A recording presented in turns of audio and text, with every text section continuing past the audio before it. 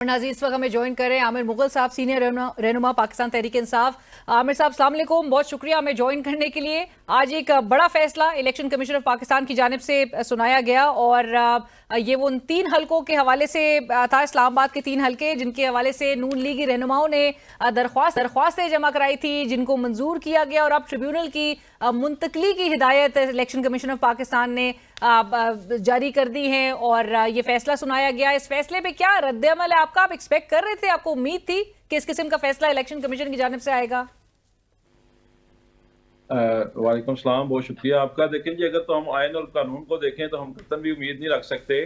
Even ion और कानून के मुताबिक तो इलेक्शन कमीशन इनकी ये जो दरख्वास्त थी तीनों नाजायज़ है, मैंने की ना इसको सुनने का मिजाज था ना इसको इंटरटेन करने का मिजाज था।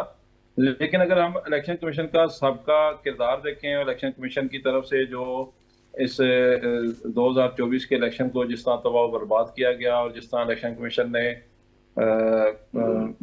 मिलकर मुख्तलिफ लोगों के साथ और मुख्तलिफ ताकतवर शख्सियात के साथ जिस तरह उसने इलेक्शन लूटा, दिन दिहाड़े डकैती मरवाई, तो हम ये उम्मीद कर सकते थे कि इलेक्शन कमीशन यही फैसला देगा जो फैसला देने का वो मिजाज ही नहीं था।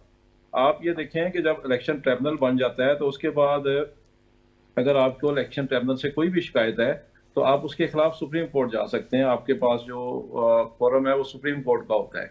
लेकिन यहाँ पे इलेक्शन कमीशन ने ये केस दोबारा ना सिर्फ अपने पास फिक्स किया बल्कि फिक्स करने के बाद इल्ज़ाम क्या था, जरा आप इल्ज़ाम देखिए। मैं अपना जो मेरे से जो नाजायज़ तौर पे जीता हुआ उम्मीदवार है अंजम वकील खान, या जो दूसरे 2 उम्मीदवार हैं शोएब शाहीन साहब से और अली बुखारी साहब से जीते हुए, उन्होंने इल्ज़ाम ये लगाया उन्होंने ट्रिब्यूनल पे इल्ज़ाम ये लगाया कि ये जानिबदार है, ट्रिब्यूनल जानिबदार है।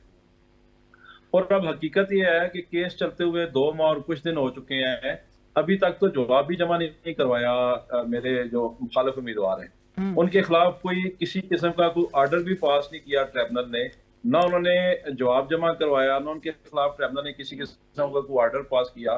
तो वो किस तरह कह सकते हैं कि ये ट्रिब्यूनल जानिबदार है या बायस है उनके खिलाफ? वो तो कहते हैं कि हम पेश नहीं हुए तो हमें जुर्माने कर दिए गए और फॉर्म 45 जिन्होंने पेश किया उसको क्रॉस चेक भी करने के बजाय मान लिया गया। अच्छा देखिए, मैं आपको बताऊं, ये भी बड़ी दिलचस्प बात है, मैं ये भी जरा रिकॉर्ड पे लाना चाहता हूँ। इन्होंने फॉर्म जरूर बताइए कि इन्होंने फॉर्म 45 क्यों नहीं प्रोड्यूस कर पाई है? नहीं, वो फॉर्म 45 जो उनके पास ओरिजिनल मौजूद हैं वो अगर जमा करवाएं तो उसके मुताबिक मेरे 86,000 वोट हैं और अंजम वकील के 42,000 वोट हैं, तो वो तो हारे हुए हैं। जो फैब्रिकेटेड हैं वो शायद इस डर से जमा नहीं करवा रहे के साथ बयान हक़ी देना पड़ता है कि अगर ये फॉर्म जाली साबित हुए तो आपको इसके कॉन्सिक्वेंसेज होंगे, जो इसके लीगल कॉन्सिक्वेंसेज हैं। तो जाहिर है उनको ये डर होगा कि हम इसके बाद हमें जेल भी जाना पड़ सकता है, तो शायद इस वजह से वो जो जाली फॉर्म है वो नहीं जमा करवा रहे। लेकिन मैं आपको जो आपने अभी बात की है ना, जो उन्होंने कहा कि हमें इत्तला ही नहीं दी गई और हमें अचानक पता चला, जुर्माने कर दिए। मैंने 3 अप्रैल को ये इलेक्शन पिटीशन फाइल की है। इसकी जो पहली बाकायदा हियरिंग हुई है वो हुई है 2 मई को, दूसरी हुई है 20 मई को और तीसरी हुई है 30 मई को। अब मैं आपको बताऊं, 30 मई को मेरे जो मुखालिफ उम्मीदवार हैं अंजम वकील, उन्होंने अपना भतीजा वहां पे पेश किया और उनके भतीजे ने कहा कि जो मेरे सीनियर हैं तनवीर इकबाल खान, वो चूंकि इस वक्त कहीं बिजी हैं, वो आ नहीं सकते, सुप्रीम कोर्ट में है, तो आप हमें कोई टाइम दे दें। तो उस पर जो ट्रिब्यूनल के मौजूद जज हैं जहांगीरी साहब, उन्होंने उनको कल का दिन दिया 11 जून का कि आपको आखिरी चांस है और इस 11 जून को आप अपना जवाब जमा करवाएं और फॉर्म 45 ओरिजिनल लेके आए। अब मेरा सवाल यहाँ पे ये है और मैं चैलेंज करके कह रहा हूँ, जो अपना भतीजा उन्होंने 30 मई को पेश किया इस इलेक्शन ट्रिब्यूनल में, यही उनका भतीजा 20 मई को भी बैठा हुआ था और मेरे साथ वाली कुर्सी पे बैठा हुआ था, और इनका एक भतीजा और एक भांजा, ये 2 मई को भी इसी कोर्ट में मौजूद थे, इसी ट्रिब्यूनल में मौजूद थे और 2 मई को भी ये पेश हुए हैं, 20 मई को भी पेश हुए हैं, लेकिन उन्होंने वकालतनामा जो है इनके भतीजे ने 30 मई को पेश किया है। और ये मैं चैलेंज करता हूं कि ये आप हाई कोर्ट का सीसीटीवी का रिकॉर्ड निकलवाएं और वहां चेक करेंगे, मेरे साथ बैठे हुए थे। तो जुल्म है, झूठ है, बदनीति है, बेईमानी है। ये कब तक इस तरह इदारों को अपने साथ मिला के सच को झूठ के पर्दों में छुपाएंगे और कब तक इलेक्शन कमीशन इनकी सहूलतकारी करता रहेगा। बहरहाल एक दिन सब कुछ सामने आना है। सच वैसे तो आवाम के सामने ही है, लेकिन जो है वो सच जो है उसका बोलबाला होगा, सच इन पे गालिब आएगा। आमिर साहब, और लेकिन आप ये लोग फॉर्म आप इरादा 45 रखते हैं कि इसको चैलेंज, इस फैसले को चैलेंज किया जाएगा? आपकी जमात चैलेंज करेगी? नहीं, हम क्यों नहीं चैलेंज करेंगे जी। हम हर लीगल फोरम जो हमें प्रोवाइड है आइन और कानून के मुताबिक हम वहां अपनी जंग लड़ेंगे, क्योंकि ये हमारा कोई जाती मैंडेट नहीं है।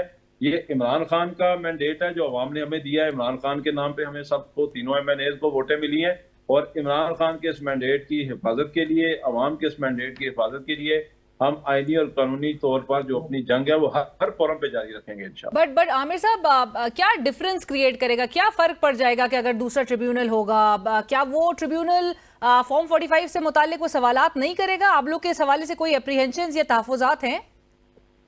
नहीं, देखें, आप इनकी इंटेंशन को समझे।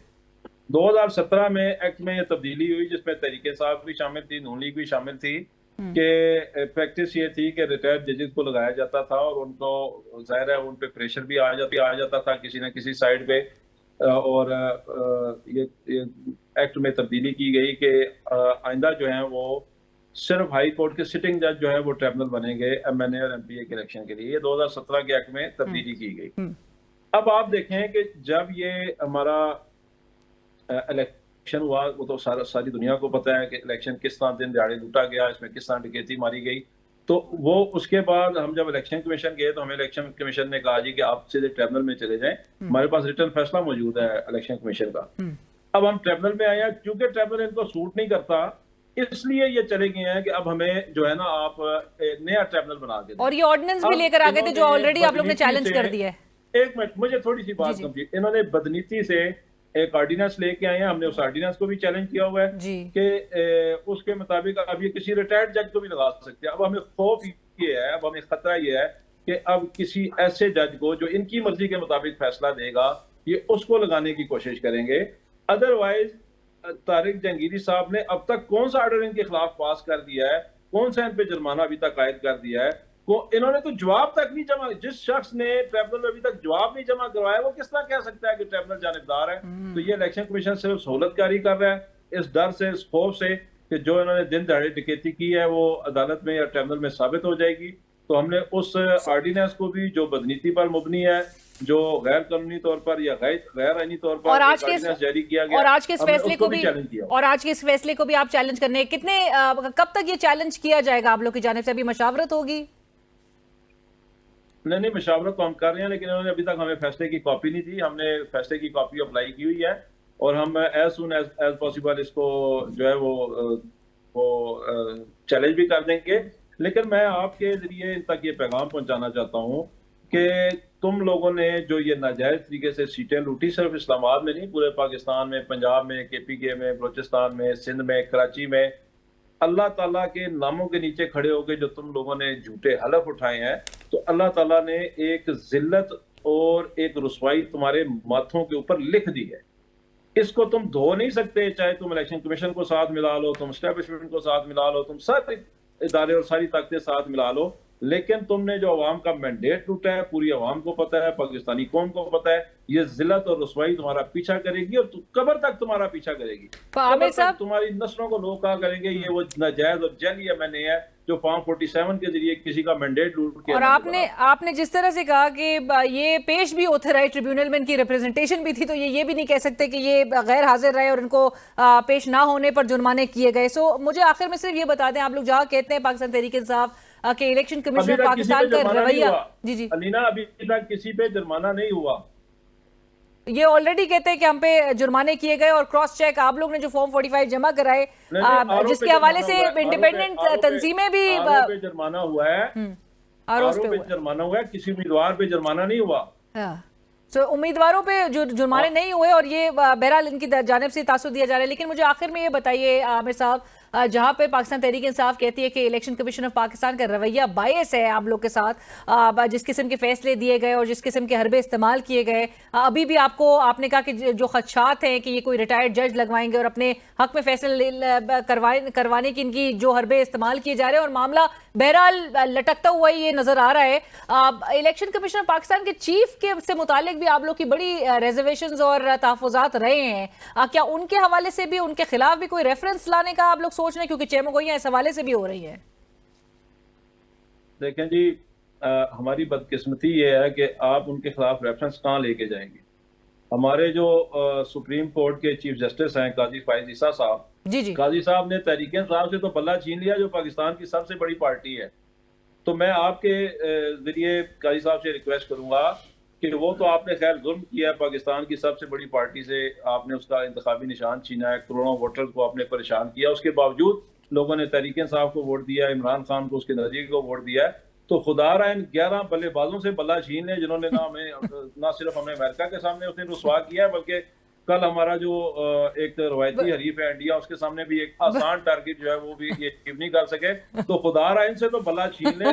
11 लोगों से बल्ला छीनना वो उसके हवाले से बड़ी उस हवाले से बड़ी देर हो चुकी है। बहरहाल वो शायद पहले अगर कर लेते तो उसका नतीजा कुछ और नजर आता। पर थैंक यू सो मच, बहुत शुक्रिया आमिर मुगल साहब इस वक्त हमसे बात करे थे, जिन्होंने कहा कि पाकिस्तान तहरीक इंसाफ इरादा रखती है कि वो आज के इलेक्शन कमीशन ऑफ पाकिस्तान के फैसले, जिसमें ट्रिब्यूनल की तब्दीली और मुंतकली का जो ये फैसला सुनाया गया, उसको चैलेंज करने जा रही है। इसी के साथ ही बढ़ेंगे एक ब्रेक की तरफ। ब्रेक के बाद हाजिर होते हैं।